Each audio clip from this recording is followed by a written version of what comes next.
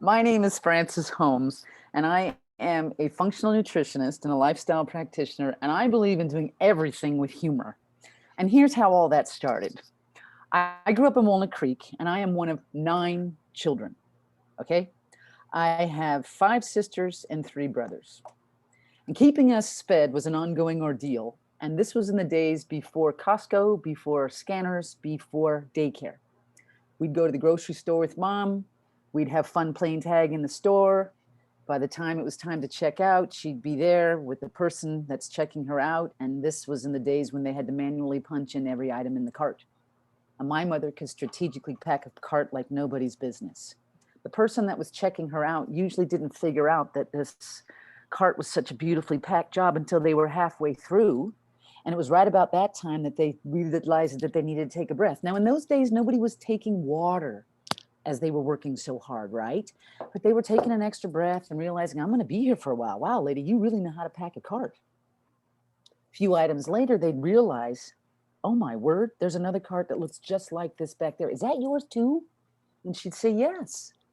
And they would ask her with this curiosity of, what are you doing with all this food? Because remember now, there was no daycare and there was no Costco. And what are you going to do with all this food? And she'd wait till they were looking her right in the eye and she'd say, well, I have 9 children. And the checker would almost fall over because the checker usually was about her age with 2 or 3 kids. And they would always say, good Lord, I got 3 I want to kill. How do you get along with 9? How do you do it? And she'd always wait until they were really looking right at her again. And she'd say, well, they're either kissing or they're killing. There's no in between. And that's how she seasoned our life with tons of fun. Unfortunately, my mom passed away when I was 23. She was just 58.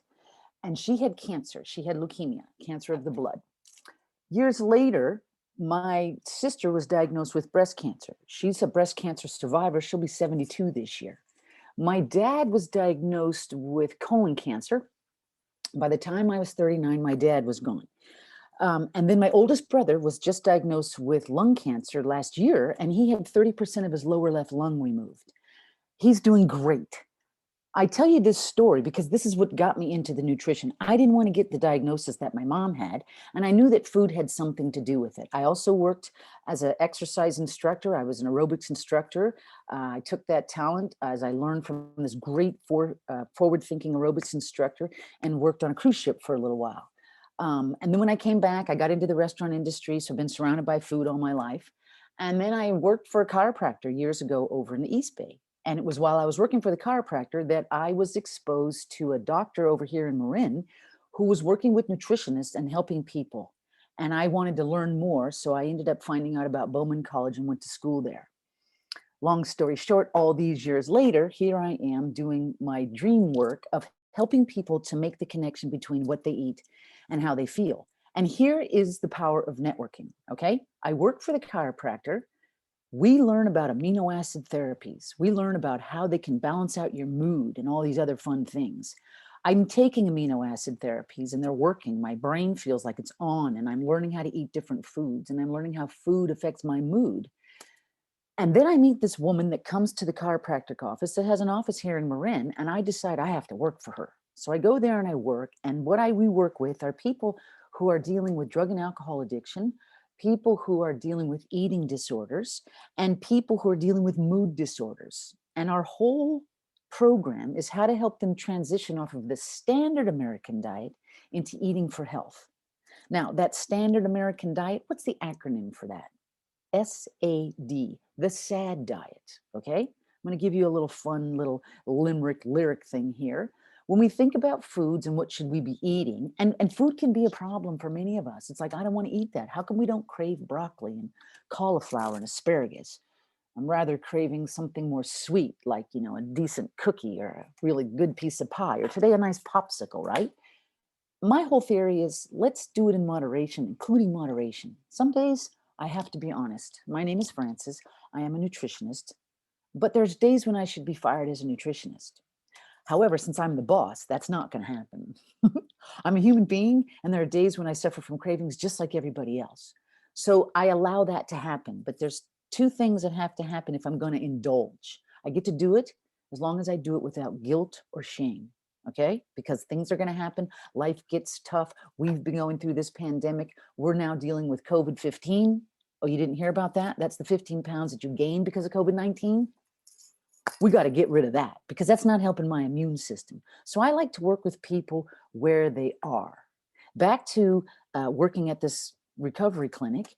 Um, I met her work there. It was called Recovery Systems. They are now a virtual clinic, but we help people transition off of the standard American diet into eating for health. And when we did that, eating those healthier foods provided your brain and your body with the nutrients that you needed in order to keep your moods at bay, those anxiety moods, that depression, all those cravings and things like that. So it was learning how to use food as a strategy to help you have that kind of energy that you need so you can thrive in your business.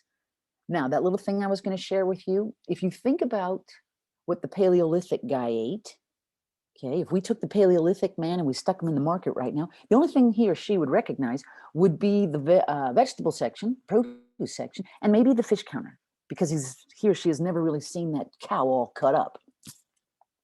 What did the Paleolithic man eat? Well, he ate roots and fruits, greens and beans, seeds and weeds, with a little bit of wild game and fish thrown in there. And what do we eat with the standard American diet, that sad diet? It looks like this: meats and sweets, chips and dips, cakes and shakes, pies and fries. None of that is going to boost my immune system and keep me not a good host for the bugs and germs that are out there. So that's going to come in when it does, but I want to help people make the connection between what they eat and how they feel and how they can use food and mood to work together. In my journey, I have figured a lot of this out, and I like to work with the client where they are and look at them globally. Yes, you have this problem, but how is it affecting all these other areas of your body? And when we think about that, we go back to the gut because that's where all of our health begins. Hippocrates said years and years ago, let food be thy medicine and medicine be thy food. And now what we know through the study of epigenetics and the microbiome and all these things that oh my gosh, come on, brain, click back in. You were doing so well. Epigenetics is what loads the gun, what pulls the triggers, our diet and lifestyle. And just because it's in my genetic code doesn't mean that I have to get that. So in my situation, my genetic code is loaded with cancer. But whatever's on the end of my fork, I'll use a spoon right now, is either helping me or harming me. I'm either going to turn those genes on or turn them off. And so I like to help the client work with the client with where they are and what's going on with them. Okay. And the power of networking. I did a talk at a Rotary a few years ago, and one of the people in that room was a guest of another Rotary member. She heard me speak. She said, we need you at the recovery center. We need you at the recovery center. I've been at the recovery center for over 3 years now, and I do lectures on nutrition for sustainable sobriety. So here's my little tagline, my little kind of spiel is, you know how people in recovery struggle from relapse and cravings for their substance of choice? Well, I help people understand the importance of nutrition to sustain their sobriety so that they can thrive in their recovery. Years ago, I was exposed by a really smart chiropractor who told me my body was in grief and connected me with this woman who changed my life. And that's where the grief came in. She changed my life. My mom had been gone for over 30 years. I was still dealing with a lot of things. She helped me to reframe grief. We do something called degriefing, and it's a powerful thing, and it's underneath so much of what's going on. And I said, no, I'm a nutritionist. I don't want to be a grief practitioner. I get it, but I'm okay. And then one day when I worked with the client and shared with him that certain foods needed to go by the wayside, they said, I can't get rid of that. Oh, I was like, oh, that's a loss. Here comes the grief in there. So we put it all together, and I put it all together and work with people where they are. I'm now working with children. I got to give a lecture this afternoon to kids that are between the ages of 12 and 17 who are suffering from mental health issues, eating disorder issues, drug and alcohol addiction. And how do I reach these little minds to help them understand that you can use food to balance out your brain chemistry and thrive in your life and not suffer from cravings. So that's what I do. I do it in a very unique and different way.